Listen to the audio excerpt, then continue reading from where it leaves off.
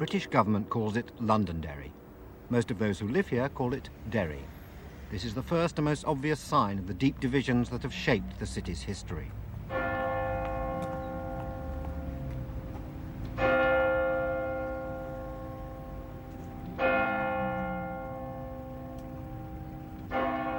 Reminders of war dominate. The great stone walls were built round a town called Derry nearly 400 years ago to protect the newly arrived colonists from England and Scotland, to whose settlement James I gave a charter and the name of Londonderry. Today's fortifications are the legacy of that decision.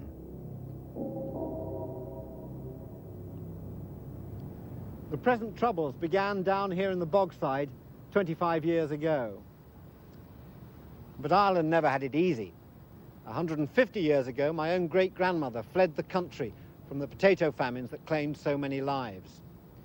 My railway journey, which begins here in Derry at the northern end of the line, is in a sense two journeys. One tracing that best-kept of all transport secrets, the Irish railway system, and the other an attempt to trace the Palin line back to my own Irish ancestor.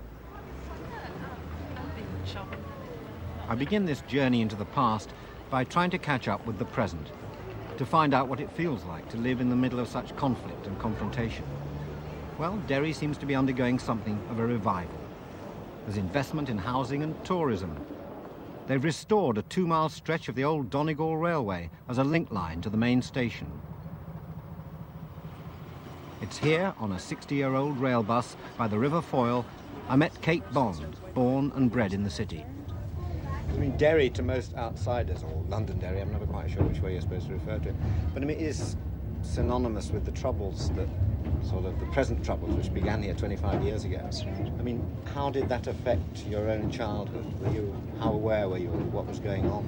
Well, I mean, you are aware of it. I certainly have a lot of memories of, coming home from school and being caught up in riots and tear gas. And, I can remember getting stoned a few times because you're wearing a school uniform that denotes what school you're from. You're also aware of always the checkpoints and, the security presence and so on, but that has lessened over the years in Derry. What do you feel about the city now? I mean, from what I've seen of it, it looks to be rather a fine city undergoing a bit of a regeneration, It's got shops, cafes, it looks pretty good. How do you feel about it now? I feel very, very positive about it now. I think a lot of money has come into Derry over the last few years, and there is a great regeneration, there's a great optimism, a great spirit about Derry now. What are the bad signs? Well, I suppose you'd have to say the violence is continuing. 24, 25 years down the line, there's still over 3,000 people have been killed. And there's a lot of hurt, there's a lot of betrayal, there's a lot of mistrust, and that's all going to have to be worked through. You're very calm and sane about it all. How do you keep so calm and sane? I've been living here for 25 years. 25 years ago, the railways of Northern Ireland were fighting a rearguard action in the face of savage service cuts. Down in the Republic, the west of Ireland was virtually abandoned by rail. A direct line from one end of the railway system to the other, from Derry to Kerry, is 250 miles on the map, but 650 miles on the ground, snaking round the coast where the big cities lie. Mind you, if you're not in a hurry, this can be pretty good.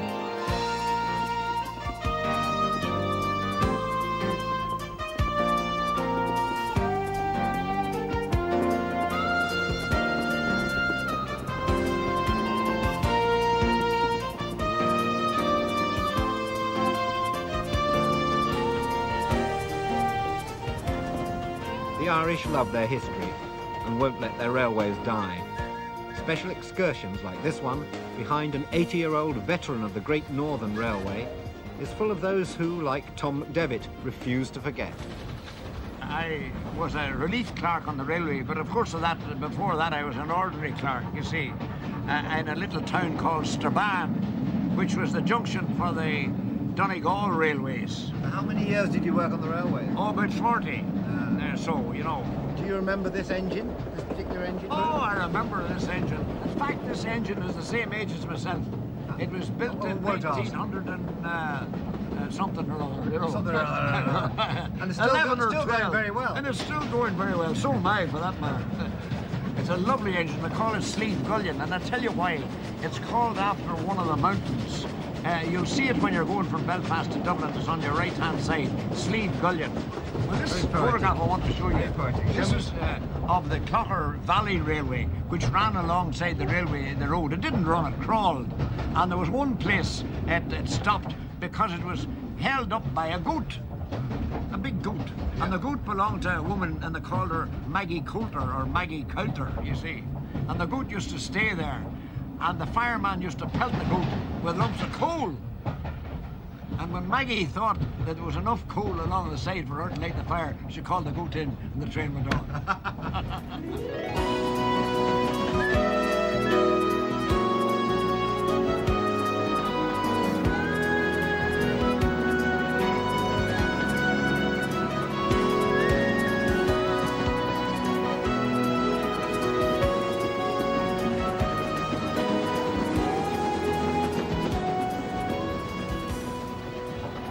What are you doing here, if I may ask? Is it numbers you're taking down? No, timing. Flag post now.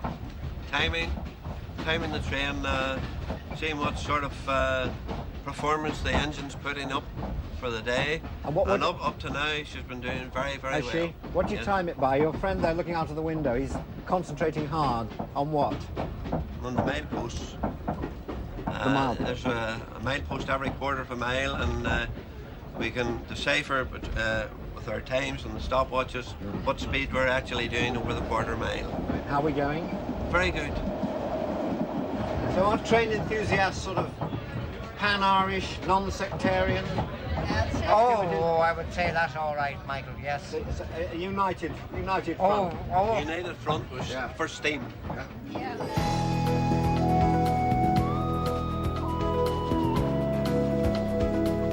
In a land where so much of the language is dedicated to the subtleties of division and confrontation, this is a fair point.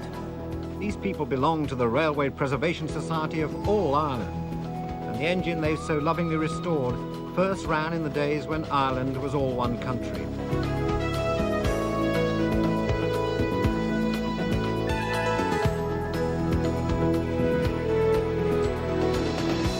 There is something about railways that unites.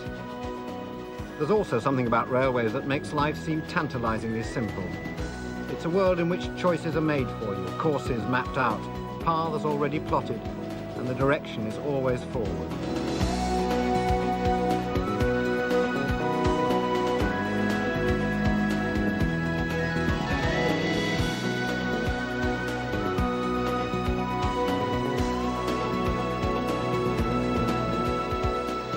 The North Irish coast is good to look at.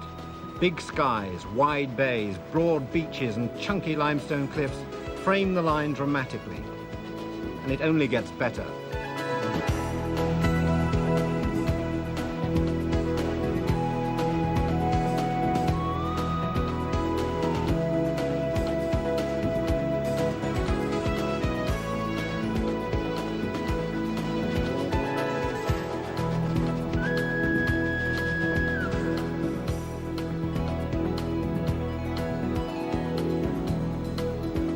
This is Dunluce Castle, perched so precariously on its cliff top that the entire kitchen once slipped into the sea while a meal was being prepared.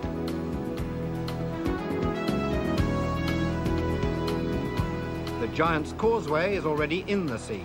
It's a basalt rock split into 37,000 polygonal columns, or if you prefer it, built by the giant Finn McCool to bring his loved one over from Scotland. And this is the 10:15 to Belfast. You couldn't have chosen a better season for travelling, because just look around you. The greenery is so unsullied, you know, the traffic hasn't dirtied it. All I can I see just is love rain. this time of the year. All I can see out there is drizzle at the Oh moment. no, I see beautiful green shirts and yes. little white hawthorn blossoms and things like that. Well, you can't have one without the other. Do you No, use it the isn't. train very often? Very seldom, no.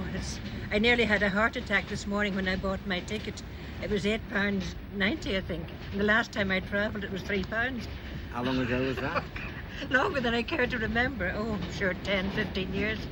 Do people use the train, your friends and No, acquaintances but use see, the train? Northern Ireland now is very car conscious, and most, because I suppose of remoteness of living accommodation and so forth. And if you can afford it at all, you have an old banger of some type and you use it. Have you an old banger? No, I've a Renault 5, 2 years old. Single track and stately speeds show where the transport priorities lie in Northern Ireland, but it certainly stops you from rushing.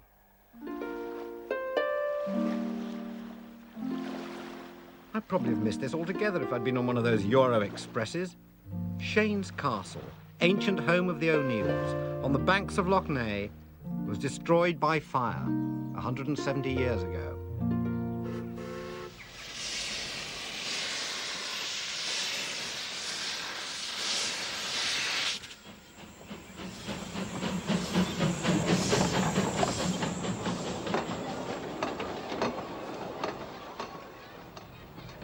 Here, amongst the green fields and woods of County Antrim, the present Lord O'Neill has set about rescuing some of Ireland's rich heritage of narrow-gauge locos.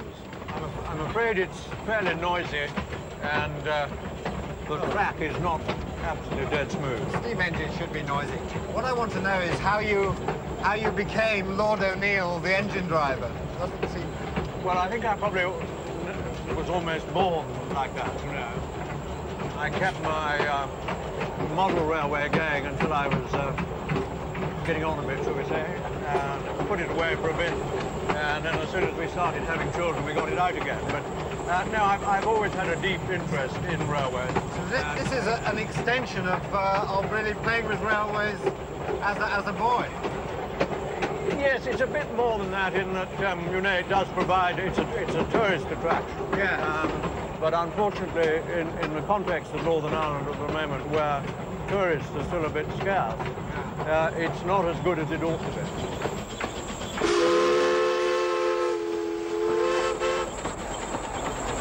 Are you, as far as you're aware, the only lord who is also an engine driver, or are there other driving peers? Well, there are one or two. I think we're a fairly small group, yes. Tourism in Northern Ireland may never be an easy ride, but if it's quality, not quantity you're after, I can thoroughly recommend the Shane's Castle Railway as one of the slowest but happiest ways to cross the province.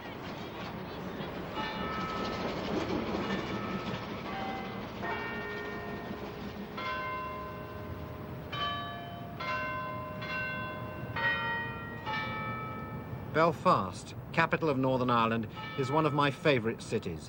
Certainly no contender in an urban beauty contest. What she lacks in looks, she makes up for in energy, courage and determination. Belfast not only lives with the daily problems caused by its fiercely divided communities, it contrives to try and live well. There's not an ounce of self-pity here, or a hint of self-apology. This soldier is a Belfast boy. For him, it's the best city in the world. Then why do some of its citizens still want to destroy it? I take a trip along Falls Road with Ivor Oswald, a local businessman who refuses to take sides. This is a totally nationalist part of Belfast. What 100%? Be 100% nationalist and Catholic. Yeah. And in fact, this had developed in the latter end of the last century, based on some of the linen mills, as the Catholic population came in from outer north of Ireland. What's what we've got on the right here?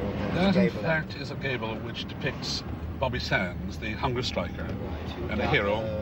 Starved himself to death. Absolutely, but would be a hero of a particular section of the community, because one has to recognise this is a community that is entirely nationalist, has its own traditions, its own culture, which hasn't entirely been respected over the years, which has led to all of the alienation. Coming up the Falls Road, it really isn't what I expected. You know, it doesn't look like a war zone it's painted. I mean, there's school children coming home from school and little front gardens and hospitals and all that. I mean... Well, it's a normality of its own. In fact, if you look around the streets of the Falls and the Shankill, people go about their normal business as you and I would in what really are predominantly working-class territory. But you don't have to look far behind the apparent normality of shops and schools and churches to see the signs of something peculiarly Irish. The myths and legends of military defiance, history, politics and religion entwined.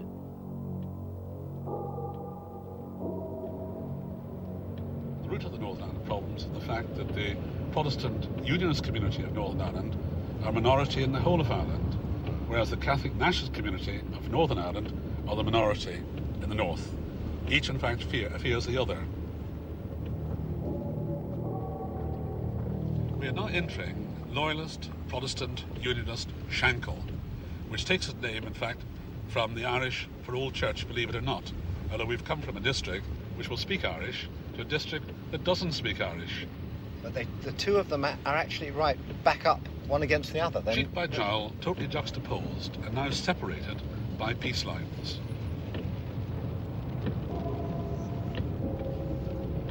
We're now going to confront a peace line. For some 3 miles, in fact, this separates the Shankill from the Falls Road. And you're now looking at no man's land between the two communities, which was, in fact, the very seat of the Troubles in the early part of the 1970s. Well, to a stranger to Belfast, you would look at this and say this is complete desolate wasteland. It's more reminiscent of Berlin than anything we'd expect to see in our own country. Is there anything positive at all about that? Yes, what you're looking at is each side has its own culture, its own tradition, and no one should travesty the fact that these communities have a vibrancy and a life of their own. But in reality, you're looking at two traditions, two cultures, two nationalities, and that is the essence of the problem. They tried to find a solution to the problem here at Stormont Castle, once the seat of government in Northern Ireland. They failed, and now it stands helpless and redundant. But it's not all bad news. A stone's throw from Stormont, the film industry is alive and well. The film industry of the 1950s, that is. Noel Spence built the Tudor cinema from a chicken shed in the garden of his suburban bungalow. His brother Roy, another Hollywood tycoon, explains. Within a radius of a very few miles of where we're standing, I would say there must be 15 to 20 home cinemas. You're joking, really? There's an epidemic of them in this area for some reason. Why? That's a very, very difficult question to answer. I've tried to analyse this myself, and it's difficult to know. About the 1970s, when cinemas in general were having a bad time, and cinemas in Belfast were having it even worse because of the Troubles. All right. I think in central Belfast there must have been about 2 or 3 cinemas to go to. Yeah. And about that time, people started to develop their own home cinemas. Yeah. Noel, manager and projectionist, explains his programme policy. Fringe films, I suppose you would call them. They're not mainstream films. A bit esoteric stuff like 50s JD movies, juvenile delinquency films from the 50s, or science horror films from the 50s. It's nearly all 50s films. Is that your particular taste? Yes, it is, which I inflict upon others, but they don't seem to object too much. Well, there was an audience coming in tonight. Yes, there's an audience tonight, yes, indeed. Does that mean that the other cinemas that run like this in people's back gardens and all that, do they all show different kinds of films? Are you in competition? Oh, no, absolutely not, no. Some people like to show musicals, and some show westerns, some show film noir from the 40s. I just happen to like the 50s and specialise in those particular B movies, they call them. And how do you rate the film tonight? I think the audience is going to enjoy it very much.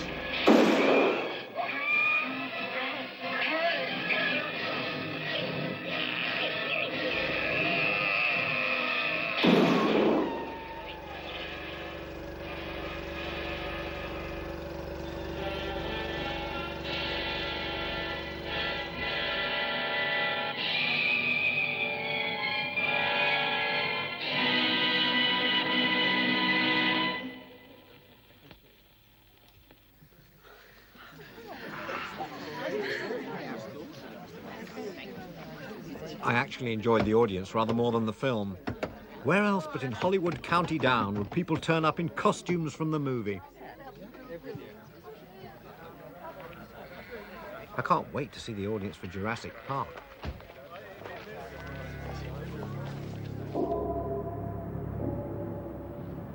Back in Belfast, another day begins at the Europa Hotel, proud holder of the title of most bombed hotel in Europe. For me, it's a short walk across the road to the Royal Opera House to meet its administrator, my old friend Michael Barnes. He's primarily responsible for my affection for Belfast, and it is a cruel irony that 3 weeks after we filmed, a 1,000-pound bomb went off at this very spot, blasting away the wall of his magnificent theatre for the second time in 3 years. But today our destination is the brand new Ulster Transport Museum. I'm afraid our fondness for Belfast is matched only by an excessive fondness for all things railway. What sort of vintage would this be? It's early 20th century, and would have been chugging around, no doubt, in the outskirts of Belfast, taking commuters in. What I liked about Ireland is there seem to be so many different railway companies, you know, different liveries, the Donegal, and what's GNR? It is Great Northern, of course there was a Great Northern in England, but and over here, this one, I mean, this is wonderful again. coaches, What's this, yes. the Dundalk, Newry and Greenore Railway Company in Britannia, shaking hands with Hibernia. Yes, Greenore was a cross-channel port. And look at the sign, I mean, the variety of places that there are on there. Yeah, Strabane, alas, has no railway anymore. Certainly the all biggest gone. signboard I've ever seen in the station. Build the station just to fit it. Ireland once had 200 separate railway companies. Mostly they required small engines for short distances, but they had their giants as well. This was the biggest. This was the biggest train, biggest engine to run in Ireland. Yes, and largely from Dublin to Cork. There were 3 of these. And the touching thing is that this magnificent locomotive, because it really is magnificent, was actually a present from the south to the north. And a nice, friendly gesture. Trains cross borders. Absolutely, they do. And it's in beautiful condition. And I think it could one day, you know, steam again.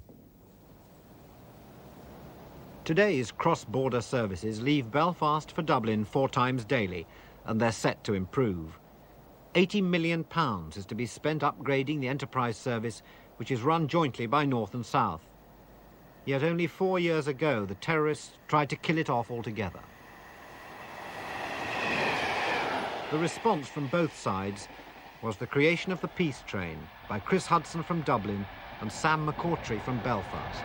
It began in October 1989 when a group of people decided that the policy that the IRA had of bombing and disturbing the line between Belfast and Dublin didn't make sense, and it was time someone pointed this out to them and challenged it. And the way in which they were challenged was that a train was chartered, a big notice was put across the front of it, Peace Train.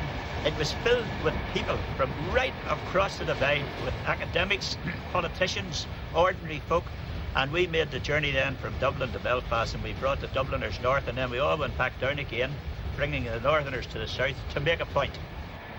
I mean, one of the nice things I had happen to me was recently there was a football match between the Republic of Ireland and Northern Ireland, and a gang of lads from the Shankill Road, which is in the heart of loyalist Belfast, called the Shankill Defenders Club, phoned me up and said, will you come to the match with us? And I went to the match, and I was up on the terrace with them, and they had Union Jacks and loyalist flags, but they carried a Peace Train banner. And one of the funny things was every time they held up a Union Jack, some of the Dublin supporters down on the lower terrace had apoplexy, screaming abuse of this Union Jack. But when they take that down and put up the Peace Train banner, there'd be cheers and applause for the Peace Train. So in that sense, we like to claim that it's working.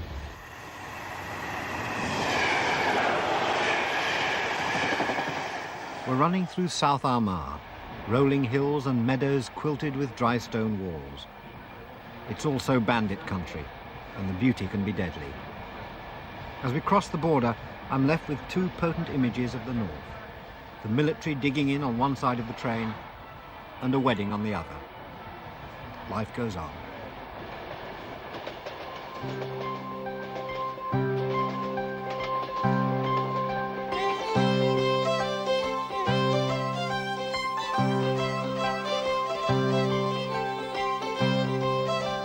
113 miles south of Belfast and twice its size is Dublin, once the second city of the British Empire, now the capital of the Irish Republic. Great British buildings like the post office are now shrines of independent Ireland, and though the streets and faces have a familiar feel to them, there are characters here who could only be found in Ireland, like Molly Malone's, ancient and modern. Anyway, Anyone got tobacco? Anyone got tobacco?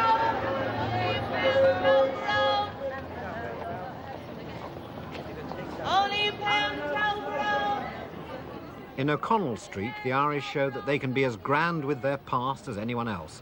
But their national heroes range from the local, Jim Larkin, the trades union leader, William Dargan, the railway builder, to the world-renowned Bernard Shaw, James Joyce. For a country of only 3.5 million people, Ireland continues to produce more than her fair share of world beaters. I rode the train around Dublin Bay with one of them, The Edge from U2, the most successful rock band of our time.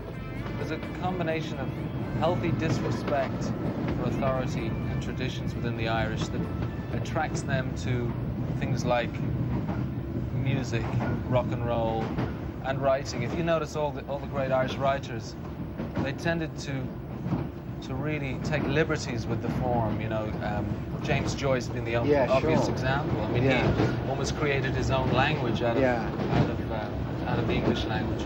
Oscar Wilde with his aphorisms and his whole way of looking at things was very much his own. And I think that spirit of questioning, of not taking things on face value, of kind of being a little bit suspicious, has given the Irish a very particular way of looking at the world and of things that most other people just take for granted.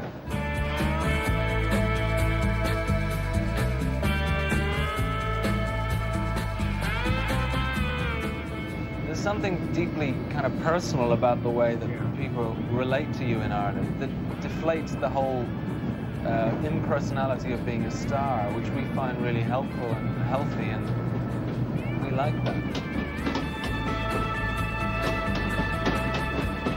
The whole idea of us being ambassadors of people looking to us for leadership or some clue as to the way they should act or think completely terrifies us, and we really would much prefer that we're perceived as we are, which is just a rock and roll band.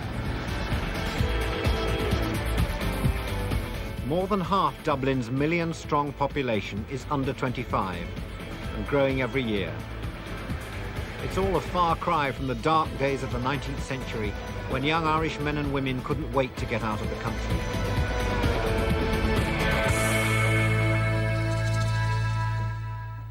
In the National Library, I begin my search for one of them, my own great-grandmother. Her name was Brita Gallagher. I know she went to America, but I want to know where she came from. I've enlisted the help of Tom Lindert, a professional genealogist.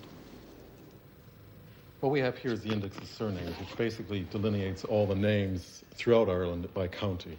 Do you have any idea, was there family tradition as to where she came from, or? Well, I mean, it's sort of Tipperary and the West. I mean, okay. That's understandable. All I know is that she left at some time between probably 44 and 50 for America from, I think, Tralee. Yes. And someone told me there's a place called Blennerville, which is where a lot of people left from. Yes. Right? If she was from the area of like Cork or Tipperary, she could have left from Blennerville. She also could have left from Cork, or possibly she might have left from Limerick. There's avenues open. It all depends on what happened in her village at the time. Now, as you'll see here, there's the name Gallagher. And these just, is everyone in Ireland at this Every period? family in Ireland is indexed in this by county. However humble. Because these are just tithe payers or rent payers or whatever. They have to be recorded. It's like a census, only a little bit more general. They don't give biographical information. Do you know any other information that we can sort of try to narrow this down a little bit more? Well, I know that she went to the States and she was adopted, I assume adopted by a lady called Caroline Watson. She's sometimes referred to as her aunt, but we don't. I don't think it was her aunt. But she was Caroline Watson of Burlington, New Jersey. I know that much. Now, Watson is also an Irish name, so right there we have a clue. You don't think it's a clue because it happened on the American side, but you have to realize that oftentimes people who left Ireland went to people who they knew in America. So what the next thing? So she could have been. I mean, she could have been related. The aunt thing maybe was. Well, you know, that's something. But it gives us an opportunity to cross-reference the two names. That way, we can look for a place in Cork, Tipperary, whatever, that has the surname Gallagher and Watson. So Okay. immediately we're narrowing it down. Is this sort of ancestor tracing? Is it big business, this? Yeah, it's amazing, actually. It is. When I first started genealogy about 15 years ago, I always thought, well, I'm the only one who's interested in doing anything about my family. But as we started doing more and more research, it was amazing to see the growth. One of the things that helped our company particularly was Hibernian Research did Ronald Reagan's ancestry. He was brought up by a cowboy family. Well, amazingly enough, his ancestors were dirt farmers, but that's just a story generations earlier. How do you farm dirt? You move it from place to place. They moved. They moved with the work. That was just the phrase they used. Where there was demand for dirt, they moved there. This is Trinity College, Dublin, founded at the time of Elizabeth I as a bastion of Protestant Anglo-Ireland. The people's religion, on the other hand, was always Catholicism, and the local priest is still very much at the centre of things.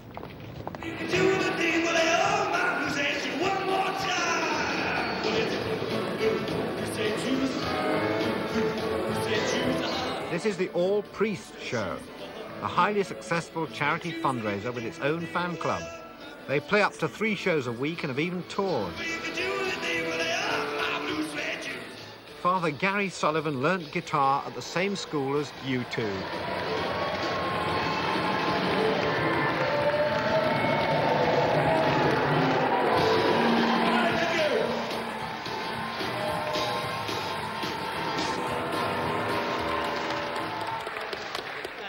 Well, ladies and gentlemen, I suppose some of you have seen the all-priest show before, and as you know, in the course of the evening, you're going to meet all sorts of priests. We got fat priests, skinny priests, hairy priests, baldy priests, all sorts of priests. So we usually start by singing a bit of a hymn. You can remain seated for this one, sister.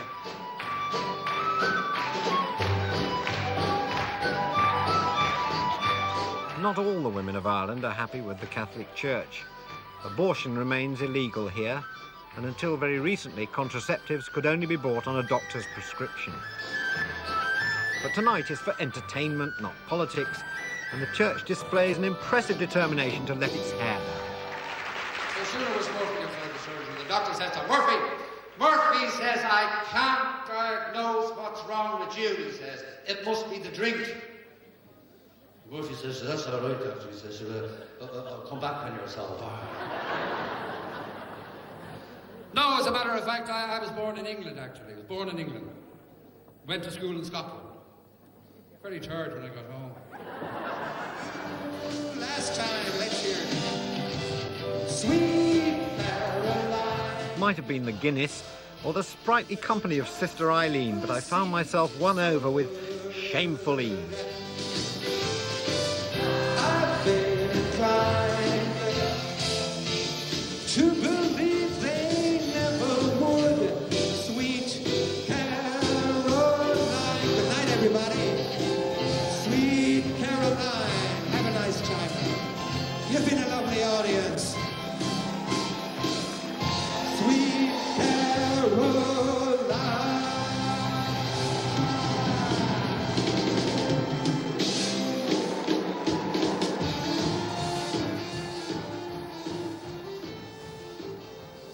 Leaving the flesh pots of Dublin along the first stretch of public railway to be opened outside England, William Dargan's Dublin to Kingstown line of 1834, and by a stroke of luck on a steam run down to Rosslare. Only this time I have to earn the ride.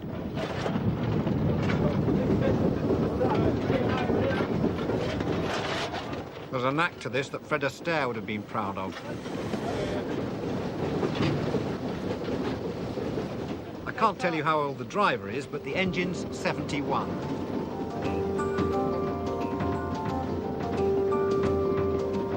For several years, she suffered the ultimate indignity of being used as a stationary boiler, but recently rebuilt at a cost of more than £30,000, sorry, punts as they have in Ireland.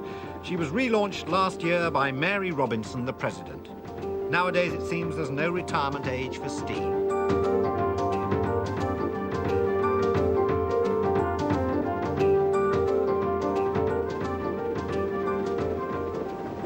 How did you get into doing this in the first place? Well, Meanwhile, back on the footplate, one of the trainee drivers is having second thoughts about his new vocation. They trained 8 of us last year as firemen. They trained 8 of you? Eight young drivers.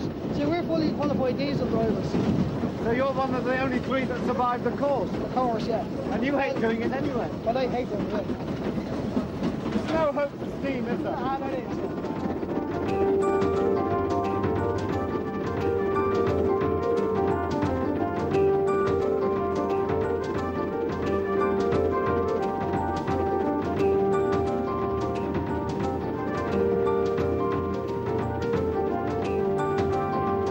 After an exhilarating run along unspoilt coastline through the foothills of the Wicklow Mountains, we make a slow, triumphant progress through the town of Wexford. After which our arrival at the Rosslare ferry terminal is a sad anticlimax.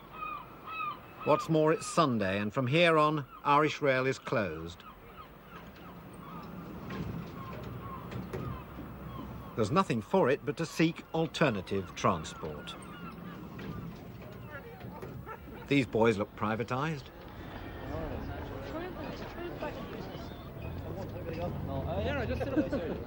Excuse me. How you doing?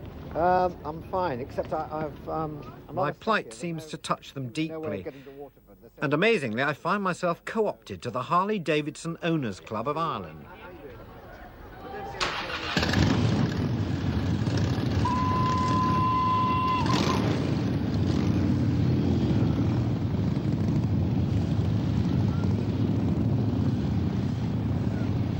As the only Sunday rail service in these parts heads back to Dublin, I hit the 2-lane blacktop, heading for Waterford.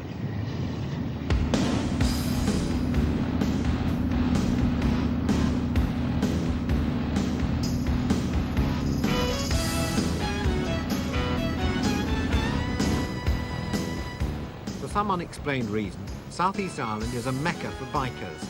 And though most of my escorts soon get bored, Swifty, Eamon and Mike stay with me. Underneath the leather, they seem more Rotary Club than Hells Angels. We're all family men. Really?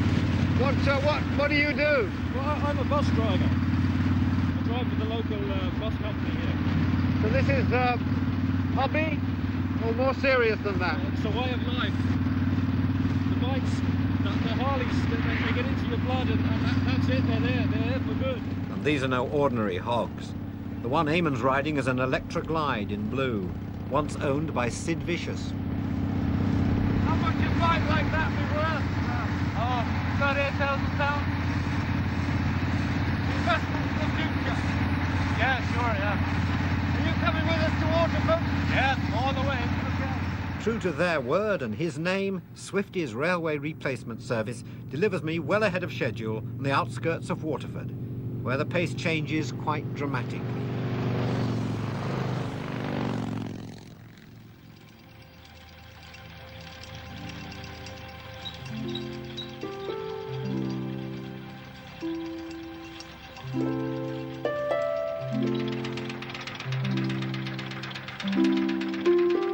An old chain ferry conveys me at deliciously unfrenzied speed across the River Blackwater to an island where the weary traveller can find a modest little B&B.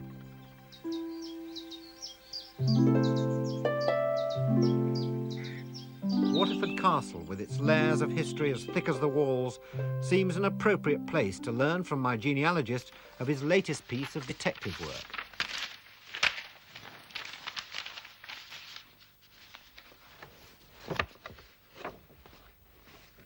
He's found Brita Gallagher's marriage certificate in Paris.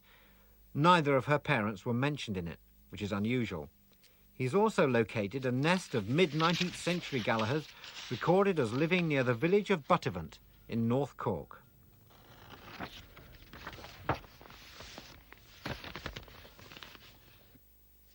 It isn't far away, and the journey can be done by train. Going west from Waterford along the Blackwater Valley through Clonmel and Tipperary to Limerick Junction. Then south on the Dublin-Cork main line to Buttevant? No station. It'll have to be Mallow. There being no train until tomorrow, I have time to visit one of my favourite authors, who lives nearby. For 60 years, she's written wickedly comic books about the Anglo-Irish aristocracy, among whom she was brought up. But things weren't always easy for Molly Keane. When she started out, she had to use a male pseudonym. In my generation, you know, the whole thing was you got a row if you were talking like the servants sort of thing, which has really died out now, but still, most of the boys, most of the boys of those families were all sent to public schools in England. Eton, if they could afford it, Eton and Harrow or otherwise. The boys got a good education. Now, when you started to write and you wanted to write, yes, I mean, you had to write under a boy's name. You see, everything was strictly, there was always the heir, and the girls didn't matter as long as he was all right. And that was very much the way of it. What sort of things did you write to start with? I wrote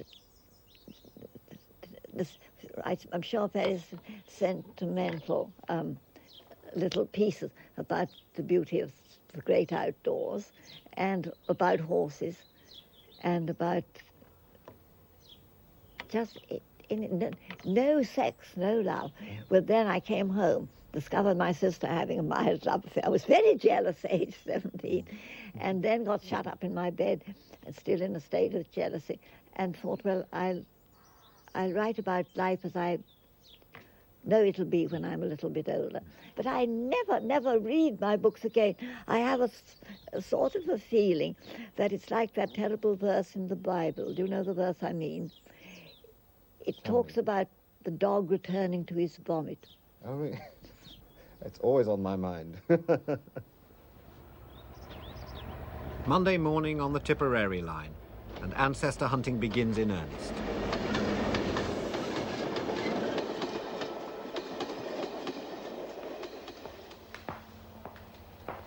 All change here for Mallow and Cork. This is the longest platform in Ireland. Not many people know that. A chap who looked not unlike me said my great-granny left from Tralee. He made his prediction with so much conviction the BBC paid him to see. Train now arriving on platform number 1 serves Charleville, Mallow and Cork, with a connection at Mallow for Banteer, Bay Street, Bradmore, Killarney. This is the fastest service on Irish rail, connecting Dublin with the second biggest city, Cork, in 2.5 hours. Unlike most other things in Ireland, it's marketed not for its past, but its future. Afternoon. Hello, sir. Would you like a set of headphones? I'll have everything you've got, yes. Okay. Well, first, I'd tell you about the seat. These seats are adjustable there for your own comfort. Yeah. Also, here at the table console, we have a light. Yeah. And then there's a light up above here. And I came to Ireland to get away from all this. She even offers me a fax machine, but I don't know. I suppose I'm old-fashioned. Hello, Tom. Yes, I'm speeding into the heart of Gallagher territory. Thanks very much for sending the material. I got it in the hotel in Waterford. Yeah, the Palin Gallagher stuff. Well, we're going down to Mallow, and then I'm going to check this place Buttervant out and 1 or 2 villages round there, because North Cork seems good hunting ground for the Gallagher connection.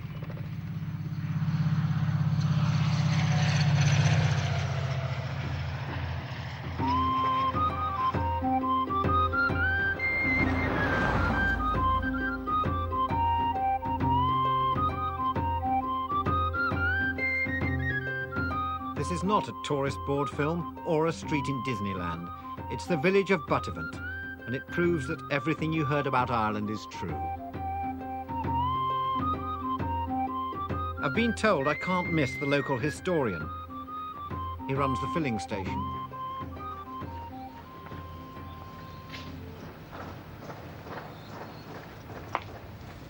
And the local shop. Looking for Tony O'Neill's bar. Just through there. Oh, thanks. And the pub. Tony O'Neill. That's right. That's right. You're in the right place. Found you. Good. I've got a bit of everything here, haven't you? Filling station, grocery store, oh, yes. bar. Yes. And in the old days, we did a little bit better than that because right outside there was a bakery. Oh, really? So, yeah. So this was this the bakery for the whole village, or? No, there were several more small bakeries. There were small bakeries at that time. Yeah. There were no major bakeries around the area, and each town had its own self-contained bakeries. So how far are we going back here? We're going back to 1901, 1902. Actually, I need your help because I'm looking for the local graveyard. Oh, I'll be delighted to show you the way. I'll take you there. Thank you but very first, yeah. Can I send you up a lovely pint? Yeah. First things first. Look after the living. Slanta. Slanta.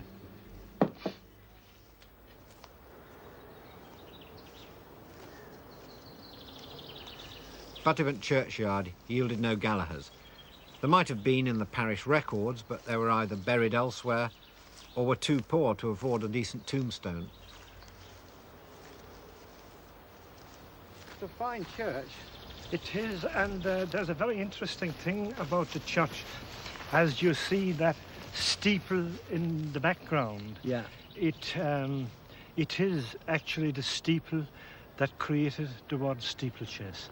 Two gentlemen by the name of O'Callaghan and Blake, believing to have the two best hunters in the country, had a wager as to who would reach the steeple of the St. Ledger Church in Doneraile first. Yeah. And they just from outside the fence here, they took off over 4.5 miles of very rough country. First obstacle there, the Arbeg River flowing fast, ravine down and up, but they were prepared for this challenge, and they made the trip. They both survived, and O'Callaghan won the challenge.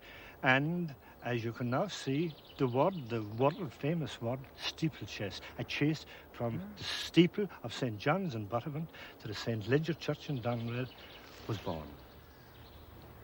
Tony's comprehensive knowledge of everything eventually points me to a village called Glanworth, some 20 miles away. Here at last I found the name I was looking for. Gallaghers, who died in the 1820s. They could have been Brita's family, but there's no mention of any womenfolk, so there's no way of knowing. My ancestor remains frustratingly elusive. In fact, the closer I get, the more the options widen. Back at Buttevant, the shadows lengthen and the evening's sport begins. This is the ancient and lethal game of road bowling. Basically, all you need is banknotes, bowlers, a 28-ounce cast iron ball and a row. Bets are laid as to which team can get their ball 3 miles up the road quickest.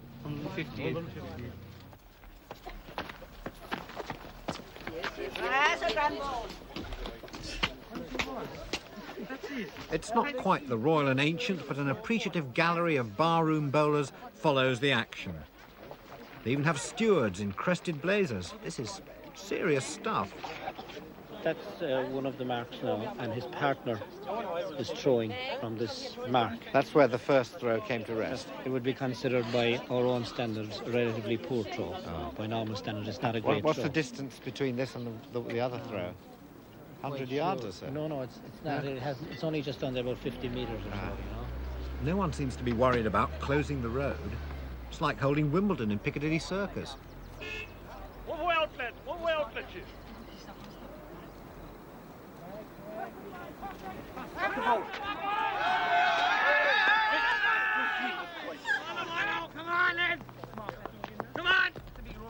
With the right technique and skillful use of the camber, bowlers like Christie can throw 250 metres or more. What's the skill needed? What do you need? A flick of the wrist. Not necessarily the swing of the arm. You could see some very strong men and they have no power in the bowl, so just a flick of the wrist, really. Yeah. Do you spin it? You spin the bowl? Spin the bowl, exactly, yeah. You would let it off the palm of the hand and out the top of the finger there, like you would spin the bowl. Well, how did you learn? Sure, at a very young age. You know, we lived at a very, very young age. He did, yes, way back centuries, yeah. It was always in the family, so. Okay, right. Started off at a very young age, that's the whole thing, to start doing up. Yeah. Gotta get out the way, we're going to get hit.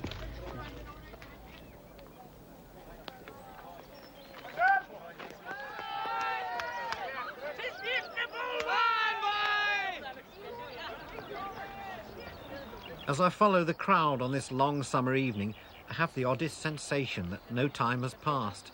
It could be Brita Gallagher walking beside me.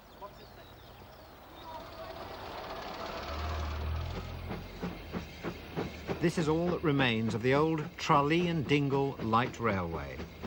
It runs across 2 miles of reclaimed marshland to a little place called Blennerville, where stands a windmill, which was probably the last thing that millions of departing emigrants saw of their country.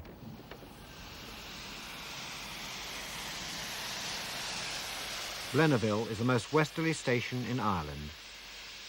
Truly, the end of the line.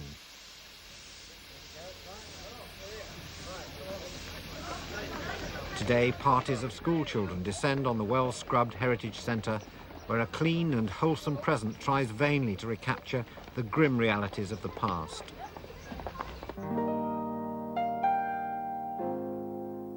Between 1845 and 1851, 1.5 million people left Ireland, 18% of the population. From a land devastated by famine, they took to the oceans of the world in conditions so mean and filthy that the vessels were often simply known as coffin ships. My great-grandmother was among them. I looked through the Blennerville passenger lists in vain. They're not all complete. Some are in Cork or Derry or Limerick. Many more are held in the ports of entry. And I suppose I must face the fact that she may never have been recorded. But at least by going to Buttevant and coming here to Blennerville, I can imagine how it might have been and what she might have seen as she left her homeland forever 140 years ago.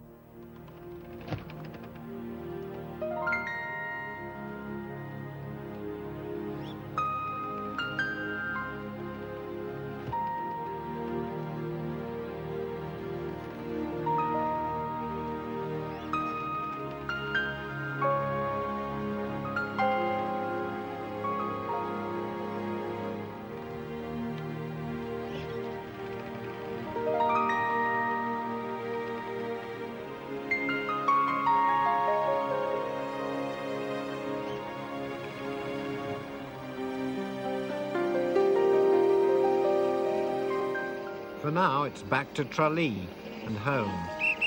I've found what remains of the railways of Ireland, but I've still to find Brita Gallagher. That journey's only just beginning.